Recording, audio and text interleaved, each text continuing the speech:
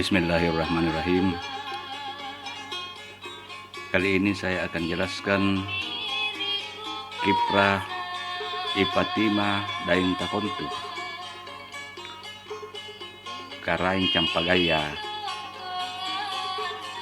dengan julukan Garuda Betina dari Timur.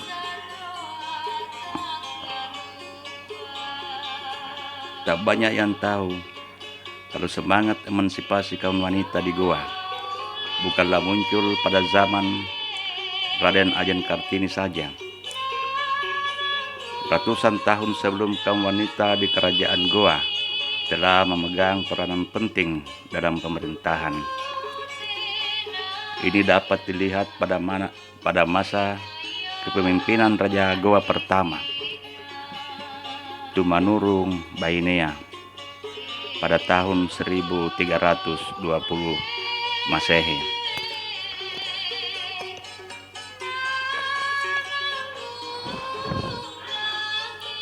Di mana pada saat itu kaum perempuan muncul sebagai pucuk pimpinan di kerajaan Goa. Kemudian pada masa pemerintahan Raja Goa ke-16, Imalombasi Daeng Matawang Sultan Hasanuddin,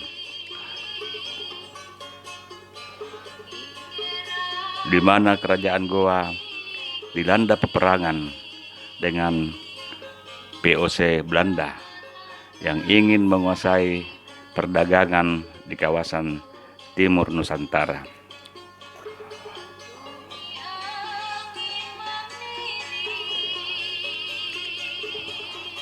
Perjuangan menentang kehadiran Belanda tidak hanya didominasi oleh kaum Tubarani dari kaum lelaki, tetapi juga dari kaum wanita dengan hadirnya pasukan Balira yang dipimpin oleh Ipatima Daeng Takontu Karaeng Campagaya. Adakah kita mengenal tokoh ini? Sangat sedikit dari masyarakat, apalagi pelajar yang mengenalnya. Inilah salah satu alasan kami mencoba menerangkan dan mengangkat tulisan tentang beliau.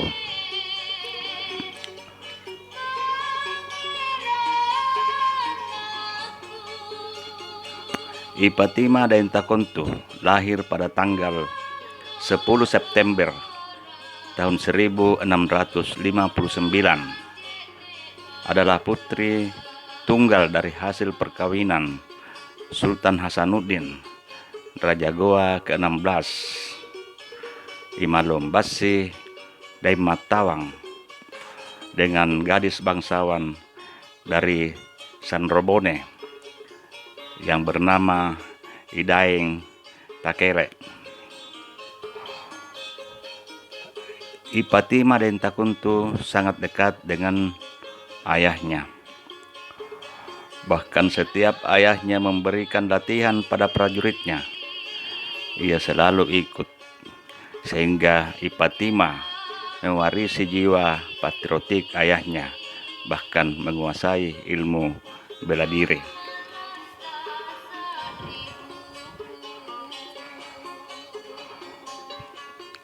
Jika sang ayah mendapat gelar ayam jantan dari timur, maka seorang penyair Belanda memberi julukan Garuda Betina dari Timur kepada Ipatima Daeng Takontu.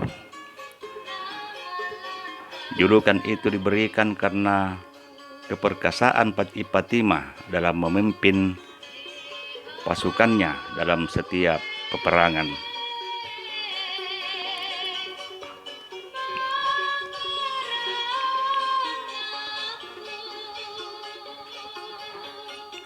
Walau saat kanak-kanak, Ipatima selalu diperlakukan manja, akan tetapi suasana saat itu telah banyak diwarnai pergolakan sebagai akibat adanya keinginan campur tangan Belanda terhadap kerajaan.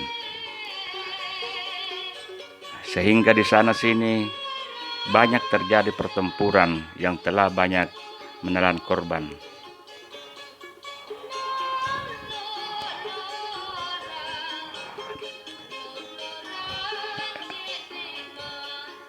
Ipatima juga tak ingin menjadi objek penjajahan, tetapi sebagai anak dari seorang ksatria, ia juga tampil sebagai pemberani.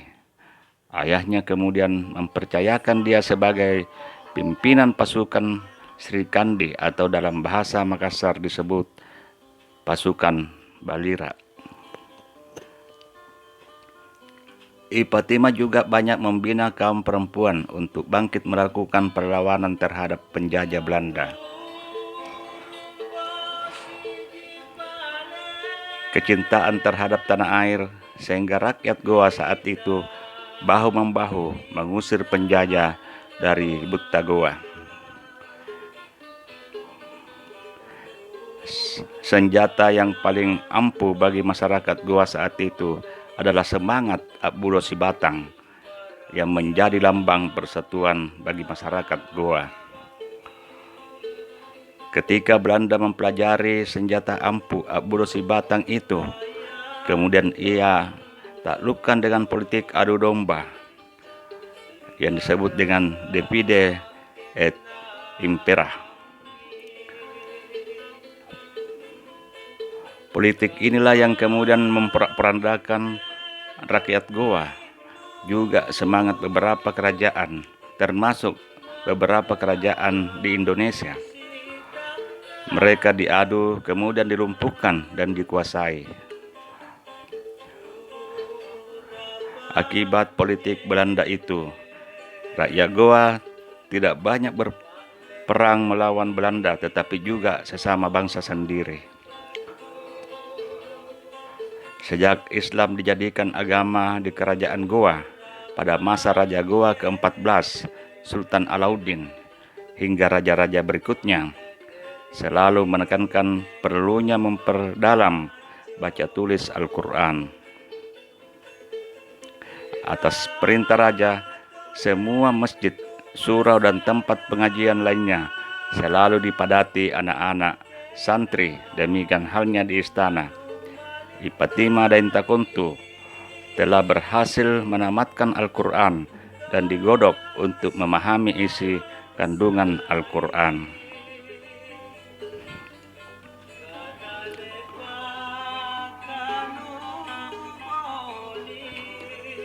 Ipatima Daintakuntu diberi kepercayaan oleh ayahnya yang juga Raja Goa untuk memimpin pasukan Sri Kandi, namanya pasukan Balira. Pasukan Balira ini bersenjatakan balira, yakni salah satu alat yang dipakai oleh orang-orang tua untuk bertenun. Panjangnya sekitar 1,5 meter, mirip pedang tetapi tidak tajam. Namun keistimewaan balira ini adalah mampu menembus ilmu kebal dari musuh. Konon menurut kepercayaan dari masyarakat Goa, senjata balira ini memiliki kesaktian yang luar biasa. Senjata ini tidak melukai, hanya saja bila mana seseorang terkena pukulan balira, mereka tidak mendapat keselamatan dan akan terus menderita sakit seumur hidup.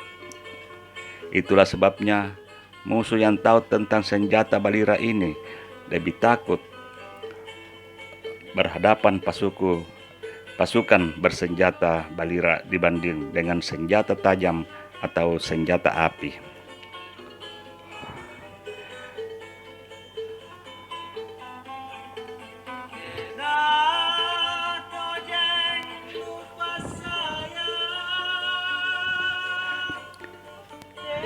Setiap menghadapi pertempuran, pasukan balira ini juga selalu diikutkan. Mereka selalu dikawal oleh pasukan Tubarani yang didominasi kaum lelaki. Pasukan balira ini tak hanya bersenjatakan balira, namun juga dilengkapi dengan senjata tajam atau senjata api bila ada.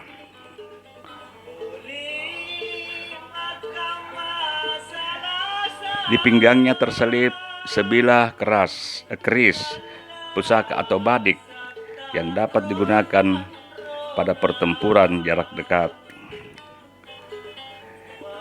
Ditandatangininya perjanjian Bongaya, hancurnya benteng Somba Opu beserta istananya dan benteng-benteng lainnya ternyata tidak diterima baik oleh beberapa bangsawan kerajaan Goa. Juga dengan kerajaan-kerajaan yang menjadi sekutunya, antara lain kerajaan Wajo, kerajaan Mandar, dan Luwu. Beberapa bangsawan Goa yang tak menerima kekalahan ini diantaranya Karenggalesong, Karaeng Bontomarannu, Karaeng Karunrung, dan Ipatima Daintakontu, serta Iadulu Dembangalle. Mereka bertekad ke Tanah Jawa untuk melanjutkan perjuangan bersama dengan Raja Banten, Sultan Ageng Tirtayasa, dan Raja Mataram, serta Raden Trunojoyo.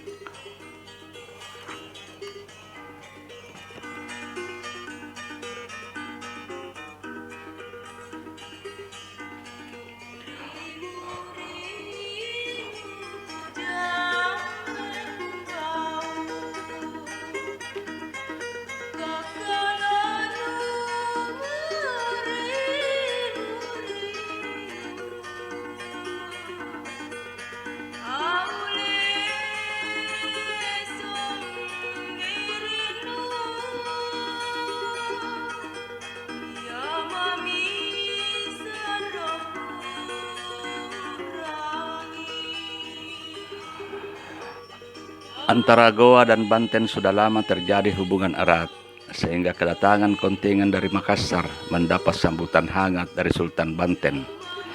Pasukan dari Makassar ini kemudian bergabung dengan pasukan Banten. Ipatima memiliki tanggung jawab yang sangat besar di Banten, karena ia adalah pemimpin pasukan Balira. Ia ingin melampiaskan balas dendamnya terhadap Belanda. Makanya kedatangannya ke negeri Banten hanya dua pilihan, yakni merdeka atau mati. Kiprah Ipatima bersama pasukan Balira tidak hanya di Banten, ia juga ikut membantu kerajaan Mataram bersama kakaknya Karenggalesong. Sesuai pesan dari ayahanda mereka, Raja Goa Sultan Hasanuddin berpesan kepada Karenggalesong agar selalu menjaga adiknya, sehingga di mana ada Karenggalesong melakukan serangan, di sana pula Ipatima dan pasukan Baliranya. Baik pasukan Tubarani pimpinan Karenggalesong maupun pasukan Balira pimpinan Ipatima Daintakontu, semuanya sudah dilengkapi dengan persenjataan dan ilmu bela diri. Mereka tidak hanya jago berkelahi di darat, juga di laut, punya keberanian yang sama.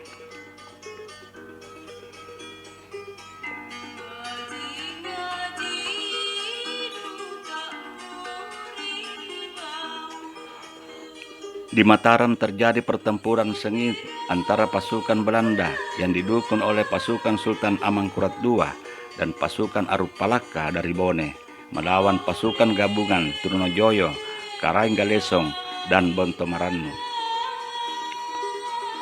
Karena terdesak, akhirnya pasukan Goa mundur. Karenggalesong jatuh sakit dan wafat pada tanggal 22 November tahun 1679 dan dimakamkan di Desa Sumber Agung, Kecamatan Ngantang, Kabupaten Malang. Ipatima Daintakontu mencari tempat perlindungan yang aman. Selanjutnya melanjutkan perjalanan ke Banten. Ipatima kemudian menikah dengan anak Sultan Banten, yaitu Maulana Hasanuddin. Orang Goa mengenal Maulana Hasanuddin dengan julukan Karaeng Ilau, raja yang ada di negeri Barat Banten, atau lebih dikenal dengan Karaeng Lau.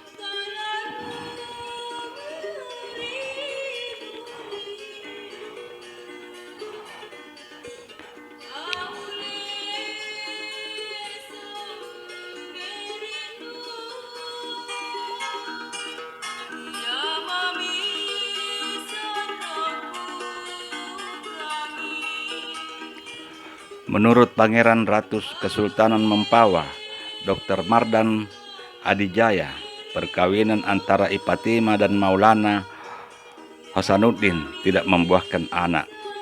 Tetapi menurut sumber lontara dari negeri Belanda, perkawinan Ipatima dan Maulana Hasanuddin membuahkan 2 orang anak, yaitu Makkaraeng Karaeng Manjalling pada 26 Desember tahun 1683 dan Siti Aisyah pada tanggal 6 Juni tahun 1685.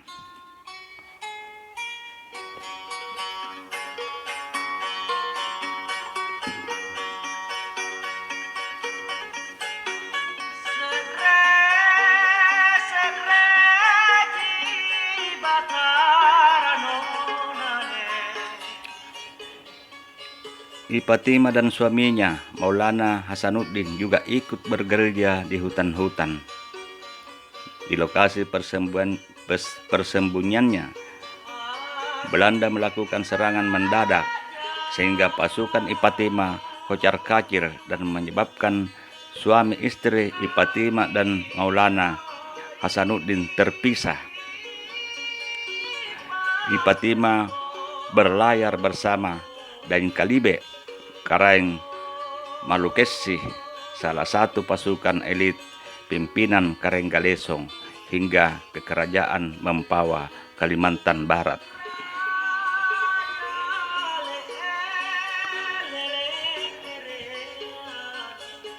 Kerajaan ini dipilih karena di sana sudah ada putra dari kerajaan Goa yang pernah memimpin negeri itu, yakni Opu Daim Manambung.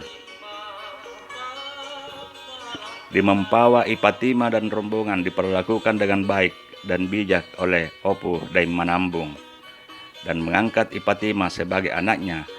Setelah lama bermukim di Mempawah dan tidak ada kabar dari suaminya, akhirnya Ipatima memutuskan untuk bercerai. Kemudian ia menikah dengan Dain Kalibe dan membuahkan seorang putri bernama Dain Tipa.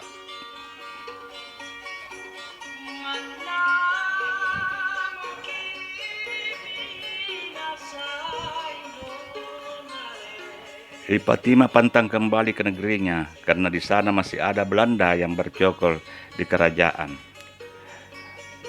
Ipatima kemudian mendirikan perguruan bela diri yang diberi nama Perguruan Ipatima Dain Takonto. Melalui perguruan ini, Ipatima menurunkan ilmu bela diri pada masyarakat Mempawah karena ingin melihat semangat juang rakyat dan berharap kerajaan Mempawah menjadi tangguh dan mampu menghadapi kemungkinan adanya serangan dari Belanda.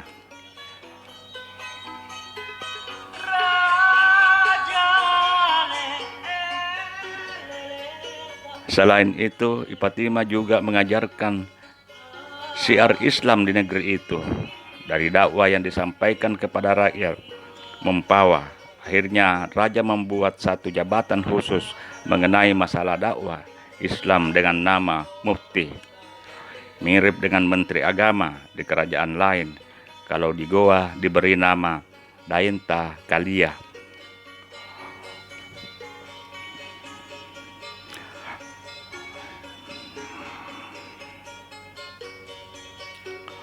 Keturunan Ipatima dan Takonto berkembang terus di negeri ini dan menikah dengan masyarakat setempat hingga sampai sekarang. Banyak pembesar dan negeri ini mengakui jika nenek moyangnya berasal dari Goa.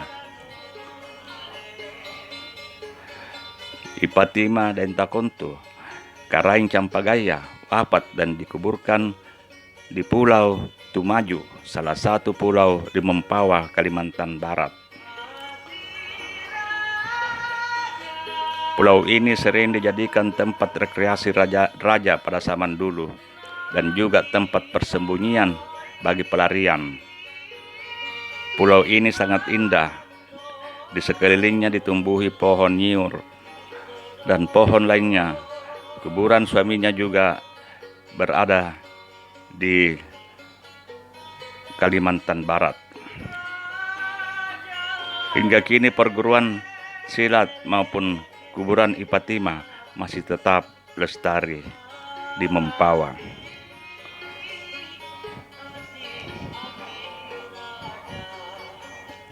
Sejarah ini kami sampaikan berdasarkan daftar pustaka Saripuddin Kulle dan Zainuddin Tika, Ipatima dan Takontu, Sri Kandi dari Timur, Pustaka Refleksi Makassar, dan Profil Sejarah Budaya dan Pariwisata Goa.